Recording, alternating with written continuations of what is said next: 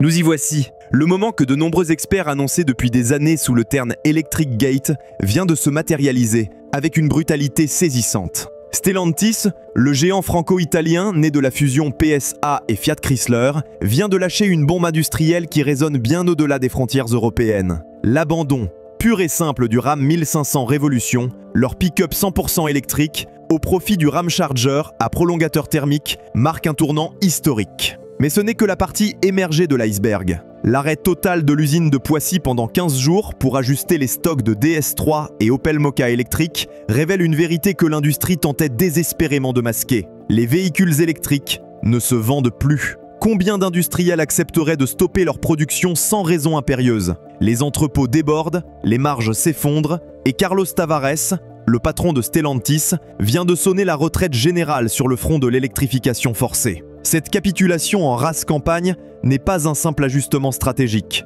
C'est l'aveu d'un échec monumental, celui d'une transition énergétique imposée par Bruxelles, mais totalement déconnectée des réalités du marché et des besoins des consommateurs. Stellantis, qui avait investi des milliards dans l'électrification de ses gammes, vient de découvrir ce que les analystes savaient déjà. Les clients votent avec leur portefeuille, et leur verdict est sans appel. Pour comprendre l'ampleur de ce retournement, il faut remonter aux origines de cette stratégie électrique désastreuse. Depuis 2019, Stellantis avait fait le pari du tout électrique avec sa plateforme ECMP déclinée sur les Peugeot électrique 208, électrique 2008, Citroën électrique C4, Opel Corsa électrique et DS3 e-Tense. Des véhicules présentés comme l'avenir de la mobilité, vendus comme l'espoir des familles confiantes, soutenus par des investissements colossaux et une communication marketing agressive. La réalité technique de ces véhicules révèle pourtant une fragilité chronique qui explique en partie leur échec commercial retentissant. Les chargeurs embarqués, ces fameux OBC, se sont révélés défaillants sur les premières séries de Electric 208 et Electric 2008, produites entre 2019 et 2022. Des milliers de propriétaires se sont retrouvés avec des véhicules incapables de se recharger, transformant leur investissement en boulet financier qui ruinait les économies de familles qui avaient cru aux promesses écologiques. Mais les problèmes ne s'arrêtent pas là et révèlent une industrie totalement dépassée par ses propres créations. La Corsa électrique, de première génération, produite entre 2020 et début 2021, souffrait de défaillance du système de réchauffage et du moteur de traction, provoquant des non-démarrages intempestifs et des pertes de puissance dangereuses. Imaginez un instant, vous êtes au volant de votre véhicule écologique, flambant neuf, acheté 35 000 € et soudain, plus rien. Le moteur électrique rend l'âme, vous laissant immobilisé sur l'autoroute. Ces défaillances techniques ne sont pas des cas isolés, mais le symptôme d'une industrie qui a sacrifié la fiabilité sur l'autel de la transition énergétique imposée par des bureaucrates déconnectés du terrain. Stellantis, pressé par les normes européennes et les pénalités CO2, a précipité la mise sur le marché de technologies insuffisamment matures. Le résultat, des véhicules de 35 000 à 45 000 € qui tombent en panne plus souvent qu'une vieille Peugeot 205 diesel de 1995. L'abandon du Ram 1500 Revolution illustre parfaitement cette déroute industrielle sans précédent. Ce pick-up 100% électrique, présenté comme le futur du segment utilitaire américain, devait concurrencer le Ford F-150 Lightning. Mais face à l'effondrement des ventes de pick-up électriques aux États-Unis et aux marges négatives sur chaque véhicule vendu, Stellantis a préféré couper court. Le Ram Charger, qui le remplace, adopte une architecture EREV, avec un V6 générateur qui recharge une batterie tampon. Cette marche arrière s'accompagne d'une communication soigneusement orchestrée pour masquer l'ampleur de la débâcle. Stellantis parle désormais de stratégie multi-énergie, un euphémisme pour masquer un retournement stratégique complet. Les budgets publicitaires massivement réorientés vers les motorisations hybrides témoignent d'un recentrage assumé sur les technologies rentables. L'arrêt de l'usine de Poissy constitue le symbole le plus brutal de cette capitulation devant les réalités économiques. Cette usine qui produit les DS3 et Opel Mokka dans leur version thermique et électrique s'arrête pendant 15 jours ouvrés en octobre 2025. Officiellement, pour ajuster les stocks et optimiser la production, en réalité, pour écouler les milliers de véhicules électriques invendus qui encombrent les parkings des concessions et les entrepôts du constructeur comme autant de témoins d'un échec industriel majeur. Les chiffres du marché français confirment cette débâcle sans précédent dans l'histoire automobile récente. Malgré la croissance européenne du véhicule électrique de 34% au premier semestre 2025, la France accuse une chute de 6,4% des immatriculations. L'arrêt du bonus écologique le 1er juillet 2025 et la hausse de la TVA sur l'électricité à 20% le 1er août ont fait exploser les coûts d'usage. Cette désaffection s'explique par une réalité technique que l'industrie tentait de masquer depuis des années. Les écarts entre autonomie annoncée et autonomie réelle transforment l'achat d'un véhicule électrique en loterie technologique. Les tests australiens révèlent des différences de 5 à 23% entre les performances WLTP et la réalité d'usage. Pour un constructeur obsédé par les normes d'homologation, c'est un camouflet majeur qui sape la crédibilité de toute la gamme électrique. Les problèmes de fiabilité s'étendent au-delà des véhicules 100% électriques et contaminent toute la stratégie d'électrification. L'offensive hybride rechargeable de Stellantis s'est soldée par une série de rappels catastrophiques. Entre 2019 et 2025, plus de 238 000 véhicules hybrides rechargeables ont été rappelés pour risque de surchauffe et d'incendie des batteries haute tension. Peugeot 3008 508, Citroën C5 Aircross, DS7 Crossback Opel Grandland, aucun modèle n'échappe à cette épidémie de défaillance qui révèle des défauts de conception majeurs dans les systèmes de gestion thermique des batteries.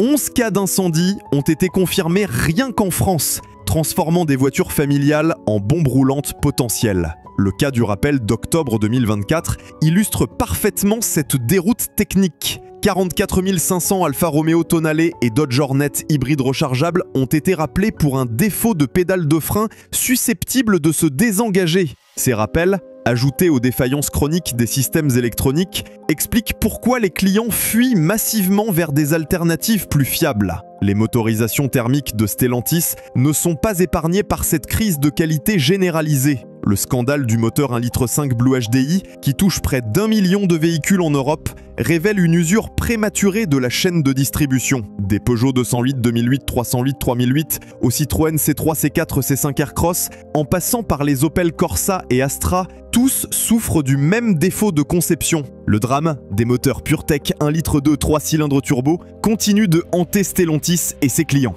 Ces moteurs, présents dans des millions de véhicules depuis 2012, souffrent d'une courroie de distribution bain d'huile qui s'effrite prématurément, provoquant des casses moteurs avant 100 000 km. Les coûts de réparation, entre 3 000 et 8 000 euros, transforment ces véhicules en pièges financiers pour leurs propriétaires. Face à cette débâcle technique et commerciale sans précédent, Stellantis opère un recentrage brutal sur les motorisations hybrides légères. Le HY BRID 136 à 48 volts, basé sur le moteur 1,2 litre 3 cylindres, épaulé par un moteur électrique intégré, devient la solution de repli. Cette technologie, infiniment moins coûteuse à produire que les systèmes 100% électriques, offre une sobriété acceptable en usage urbain, sans les inconvénients de l'autonomie limitée. L'effondrement du marché de l'occasion électrique confirme cette désaffection générale et révèle la réalité économique cachée de cette transition forcée. Une Renault ZOE achetée 33 000 euros en 2020 vaut aujourd'hui entre 8 000 et 12 000 euros, soit une décote de plus de 60% en 4 ans.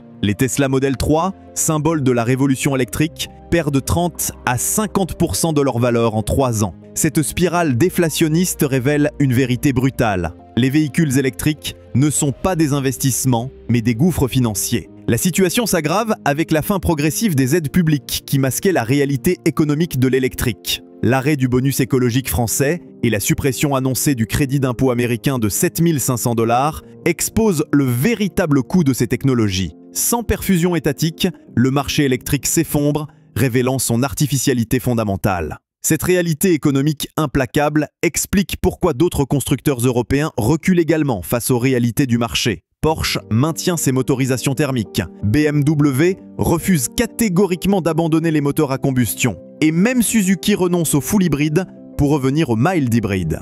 L'industrie automobile européenne découvre que la transition électrique forcée mène tout droit au précipice financier. L'analyse des coûts d'usage révèle l'ampleur de la supercherie économique organisée autour de l'électrification. Avec la TVA, électricité uniforme à 20% depuis août 2025, et l'explosion des tarifs de recharge publique, rouler électrique coûte désormais plus cher qu'un diesel moderne. Les bornes de recharge rapide sur autoroute facturent régulièrement entre 0,60 et 0,80 euros le kilowattheure, soit l'équivalent d'un carburant à 2,50 € le litre. Cette infrastructure défaillante explique pourquoi les clients britanniques, comme tant d'autres en Europe, retournent massivement aux motorisations thermiques.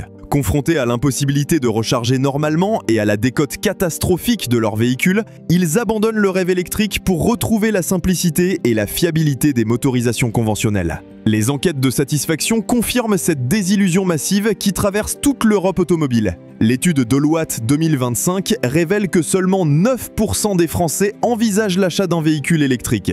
Les freins principaux, coût d'achat prohibitif, durée de recharge excessive et angoisse du remplacement des batteries. Le phénomène des freinages fantômes, qui touche massivement les véhicules électriques dotés d'aide à la conduite avancée, ajoute une dimension sécuritaire préoccupante à cette accumulation de problèmes. Plus de 300 signalements officiels en France, des enquêtes urgentes au Royaume-Uni et en Allemagne, des accidents confirmés avec les MG4. L'électronique embarquée se révèle dangereusement instable. Face à cette accumulation d'échecs en cascade, Stellantis adopte une stratégie de repli organisé pour sauver ce qui peut l'être. L'architecture STLA Medium, conçue pour les véhicules électriques premium, sera adaptée aux motorisations hybrides. Les investissements dans les usines de batteries sont gelés ou réorientés. Cette débâcle dépasse largement le seul cas Stellantis.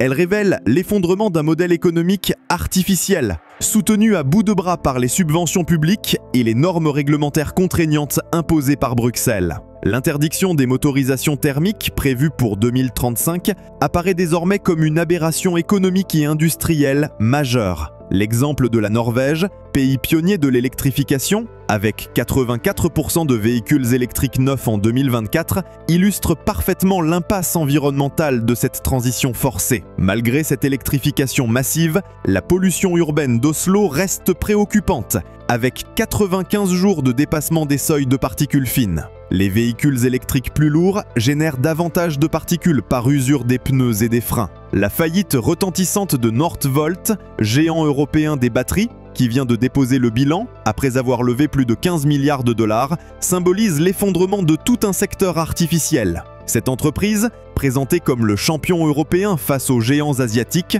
n'aura survécu que 9 ans avant de s'écrouler sous le poids de ses propres contradictions technologiques et économiques.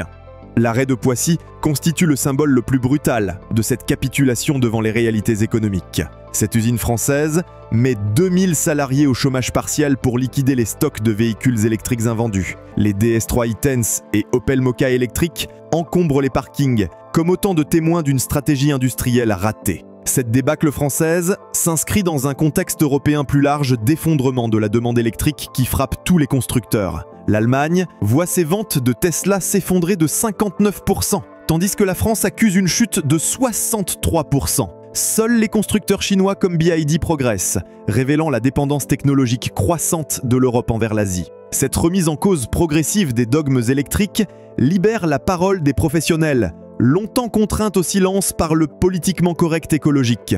Ingénieurs, concessionnaires, experts en mobilité expriment massivement leurs doutes sur la viabilité de cette transition forcée. Les témoignages se multiplient sur l'inadéquation entre discours officiels et réalité technique. L'avenir de Stellantis se dessine désormais autour d'un retour aux fondamentaux industriels éprouvés, des motorisations fiables, économiques et adaptées aux usages réels des consommateurs. Les diesels modernes, démonisés par la propagande écologique, retrouvent leur lettre de noblesse face aux déboires électriques.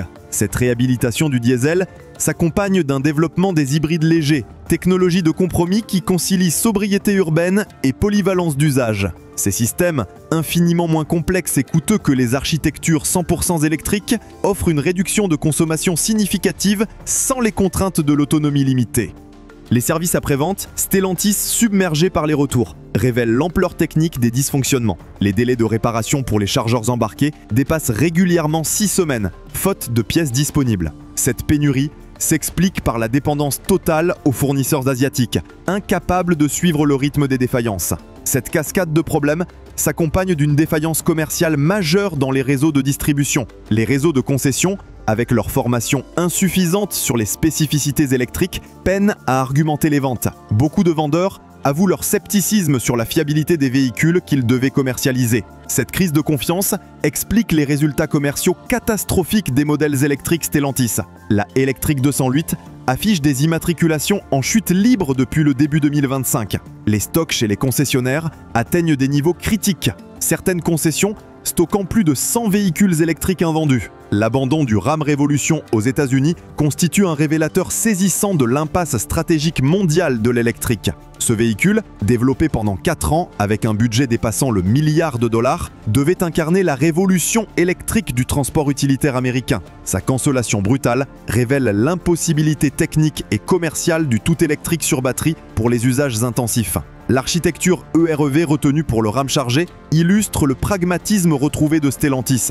Ce système, basé sur un générateur V6 rechargeant une batterie tampon, évite tous les écueils du véhicule électrique pur. Autonomie illimitée, recharge rapide par le moteur thermique, absence de dépendance aux infrastructures externes. Cette capitulation électrique annonce probablement des évolutions similaires chez d'autres constructeurs européens confrontés aux mêmes réalités économiques. Volkswagen, confronté aux mêmes difficultés avec sa gamme ID, envisage déjà un retour partiel aux motorisations thermiques sur ses prochains modèles. L'Electric Gate, que les experts annonçaient depuis des années, se matérialise aujourd'hui sous nos yeux avec une brutalité saisissante. Stellantis, géant industriel franco-italien, vient de sonner la retraite générale sur le front de l'électrification forcée. Cette capitulation brutale, mais nécessaire, ouvre la voie à un retour du bon sens dans l'industrie automobile européenne. Les clients, véritables juges de paix de cette révolution ratée, ont tranché. Ils préfèrent la fiabilité à l'idéologie, la praticité aux promesses, la réalité technique aux chimères technologiques.